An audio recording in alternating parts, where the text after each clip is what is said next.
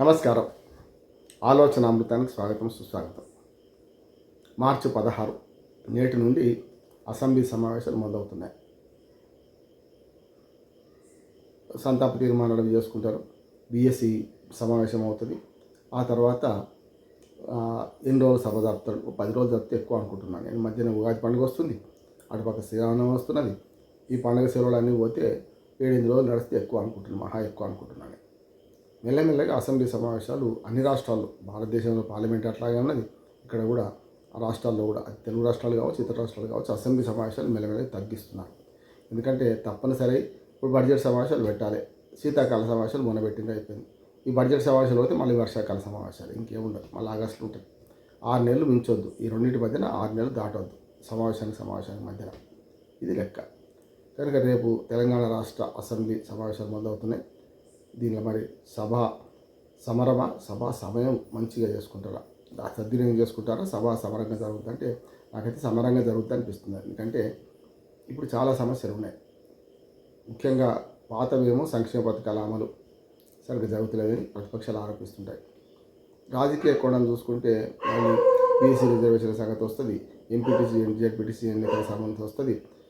అన్నిటికంటే burning topic ఇప్పుడు రేపు ఎల్లుండి జరిగేది ఏంటంటే మొయినాబాద్ ఫామ్ హౌస్లలో జరిగితే కుంభకోణాలు, జరుగుతున్న సెక్స్ రాకెట్లు, మాదక ద్రవ్యాల్లో ఇదంతా ముందుకు వస్తుంది. ఒక పార్టీ మీద ఒక పార్టీ అరుచుకుంటారు. అట్లానే ఇటు పక్కన ఏంటంటే మనకు ఈ ఇంకొక సమస్య వస్తుందంటే ముందుకు ఈ సంక్షేమ పథకాలు కానీ వీటితో పాటు మరి ఈ మొత్తం ఎన్నికల సంగతి, అట్లానే ఈ మన అసెంబ్లీ సాక్షిగా సంక్షేమ పథకాల అభివృద్ధిలో భాగస్వామ్య సంగతితో పాటు ముఖ్యంగా ఇంకొక కరెంట్ టాపిక్ మూసి మనకు సుందరీకరణ, ప్రక్షాళన అనే దాని మీద పవర్ పాయింట్ ప్రజెంటేషన్ ఒకరి మీద ఒకరు ఇచ్చుకుంటున్నారు, చూస్తున్నాం. ఒకరి మీద ఒకరు ప్రజెంటేషన్ ఇచ్చుకుంటున్నారు. ఇప్పుడు రేవంత్ రెడ్డి గారేమో ముఖ్యమంత్రిగా తాను ప్రజెంటేషన్ ఇస్తే దానికి వ్యతిరేకంగా మేమేం చేశామని చెప్పి ఇటు పక్కన ఇచ్చారు. అది అసెంబ్లీ సాక్షిగా మూసీ రివర్ ఫ్రంట్ గురించి ఒకటి, అట్లానే ఈ మొయినాబాద్ ఫామ్ హౌస్ మన మాదక ద్రవ్యాల కేసు, ఈ రెండు బాగా అసెంబ్లీని కుదిపేస్తే నేను అనుకుంటున్నాను. ఈ విషయంలో ఏమైందంటే అసెంబ్లీ నిరవాధికంగా వాయిదా పడుతుంటుంది.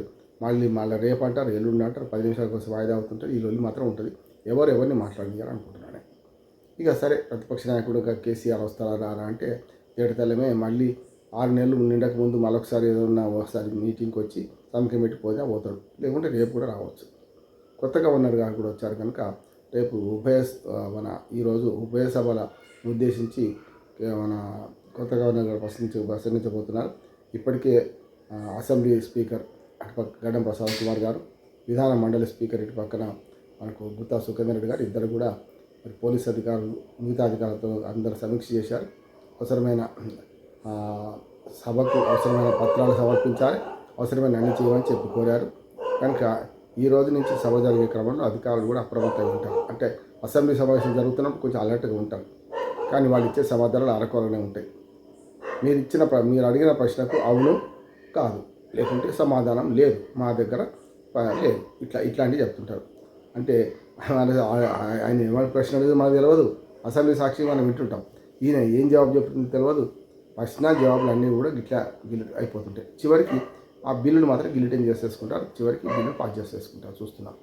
అంటే మొత్తం మీద ఖేల్ కథం దుకాణం బంద్. ఈ అసెంబ్లీ సమావేశాల్లో మంచి చర్చ జరిగి రచ్చ జరగకుండా ఉండాలంటే ఒక ఇష్యూ మీద మొదలు పెడితే దాన్ని కూలంకషంగా అందరు సభ్యులు మాట్లాడే అవకాశం ఇవ్వాలి.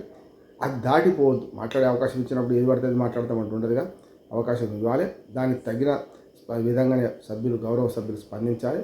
ఆ తర్వాత ప్రభుత్వం గురించి మీరు సమాధానం ఇవ్వాలి. ప్రజలు వచ్చిన అది అసలు జరగాల్సింది, అసెంబ్లీలో చర్చ జరగాల్సింది అది కదా.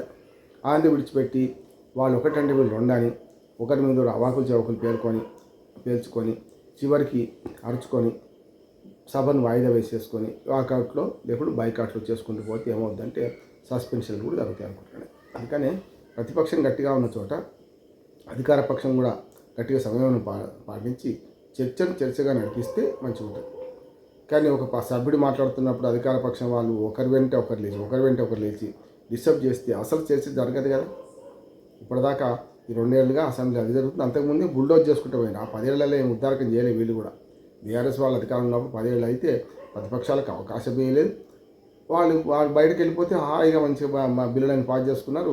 వీళ్ళ పబ్బం వీళ్ళు గడుపుకున్నారు. నేను ఆ 10 ఏళ్ళు బాగుంది స్వర్ణయుగం, ఈ 2.5 ఏళ్ళు అంతా ఆగమైంది అంటలేదు. ఇప్పుడైనా అప్పుడైనా సభ సజావుగా జరుగుతలేదు. వన్ సైడ్ ఉన్నప్పుడు బుల్డోజ్ చేసుకుంటూ పోయిండ్రు.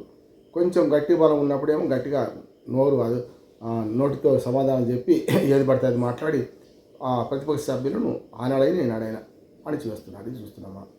ప్రజా గొంతుకగా అసెంబ్లీలో వీళ్ళందరూ మాట్లాడాల్సిన అవసరం ఉన్నది. కానీ అవన్నీ పక్కన పెట్టి ఒక ఆయన సారా గురించి మాట్లాడతాడు. సారా మంచిది అంటాడు, అది అసెంబ్లీ చర్చిస్తా అంటాడు. అట్లా నేను చెప్పినా కదా, చాలా సమస్యలు ఉన్నాయి. ప్రజలు ఎదుర్కొంటున్న చాలా సమస్యల గురించి ఇవాళ మాట్లాడాల్సిన అవసరం ఉంది. యుద్ధం వల్ల గ్యాస్ కొరత కూడా ఉన్నాయి. దాని మీద కూడా రచ్చ జరుగుతుంది అనుకుంటున్నాను. పార్లమెంట్లో జరుగుతుంది చూస్తున్నాం కదా, ఇక్కడ కూడా రచ్చ జరుగుతుంది. చివరికి 20వ తారీఖు నాడు బడ్జెట్ ప్రవేశపెడతారు. ఈ నెల 20 నాడు బడ్జెట్ ప్రవేశపెట్టే ముందు మనకంతా తెలుస్తున్నది. పెద్ద లక్షల కోట్లు ఏం పెరిగాయి. 3 లక్షలు మొత్తం ఈ 3 ఏళ్లలో చూస్తుంటే 2,90,000 నుంచి 3,15,000 వచ్చింది. ఆ 3,15,000 3,20,000 ఈ బడ్జెట్ ఈసారి పరిమితం అవుతుంది.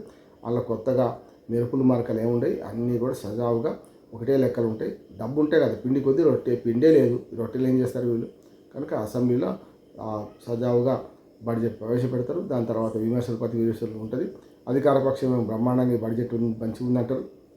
ఇంతకంటే మించి నా భవిష్యత్తు అంటారు.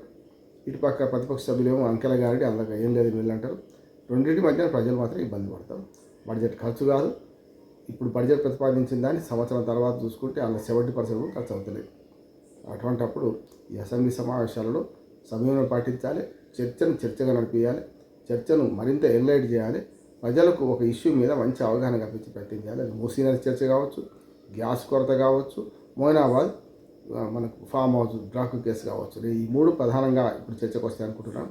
ఈ మిగతా అన్ని కూడా పెద్దగా రాజకీయ పోరాటంగా నడుస్తున్నాయి. ఈ రాజకీయ పోరాటంలో ఇది పెద్దది కనుక అధికార ప్రతిపక్షాలు మరి సుందుల్లా కొట్లాడుకొని సభను వాయిదా వేయిస్తారా, లేదు సామరస్య వాతావరణంలో సభను జరుపుతారా? ఇది సభా సమయమా, సభా సమరమా తెలుసుకోవాల్సిన బాధ్యత, తెలపాల్సిన బాధ్యత గౌరవ శాసనసభ్యులదే. చూద్దాం ఏం జరుగుతుంది.